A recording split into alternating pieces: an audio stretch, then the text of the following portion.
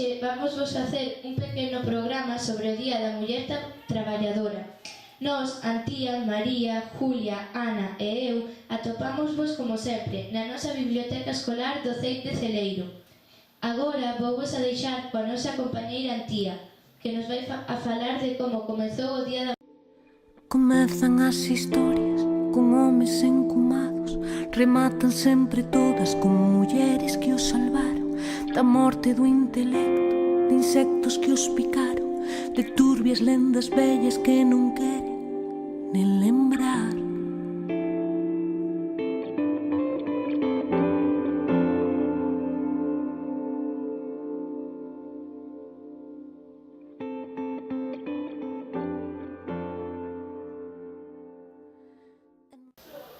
Bueno, como xa dixo a miña compañeira Candela, eu vou vos falar de como comezouse a celebrar o Día da Muller.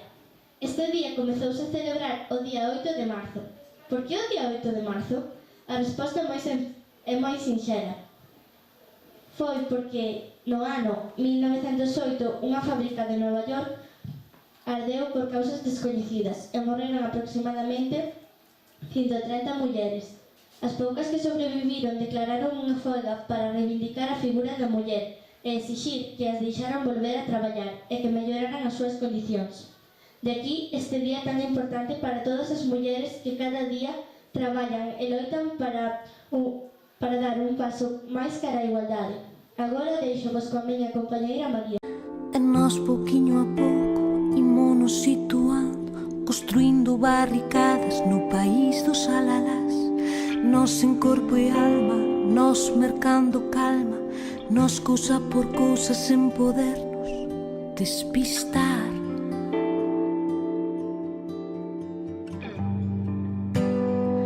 Nós alitadoras,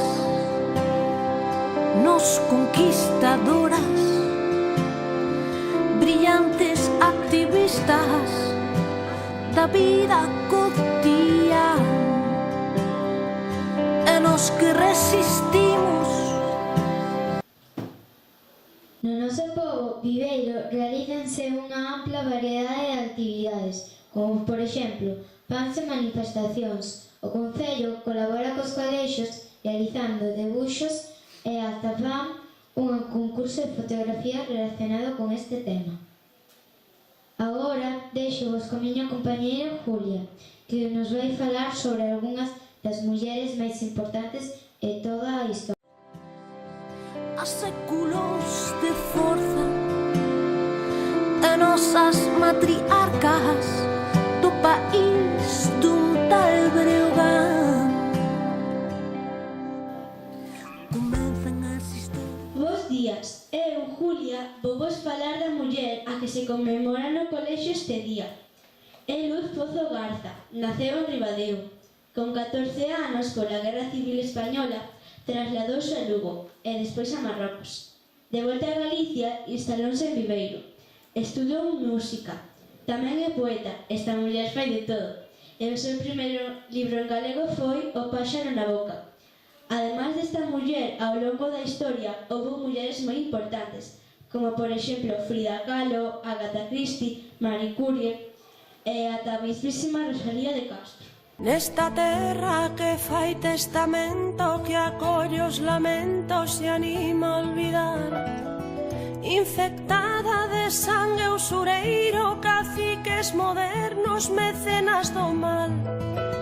Vivo dentro dun monte de area tinguido de brea que non limpa o mal, ca esperanza de tomar alento pra ver o momento de nos libertar.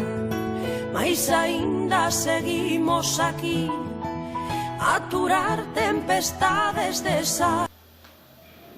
Bos días, eu, Ana, vou vos a contar unha das historias do Día da Muller Traballadora, as 13 Rosas.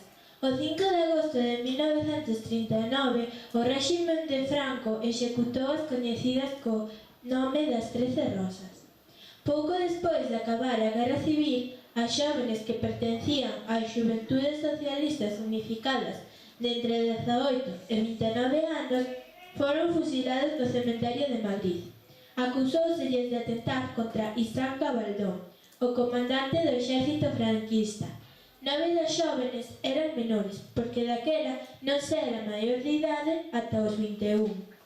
A miña opinión é que isto, aparte de ser unha enorme salvaxada, é moi injusto, xa que os homes e as mulleres foron culpables e só fusilaron as mulleres.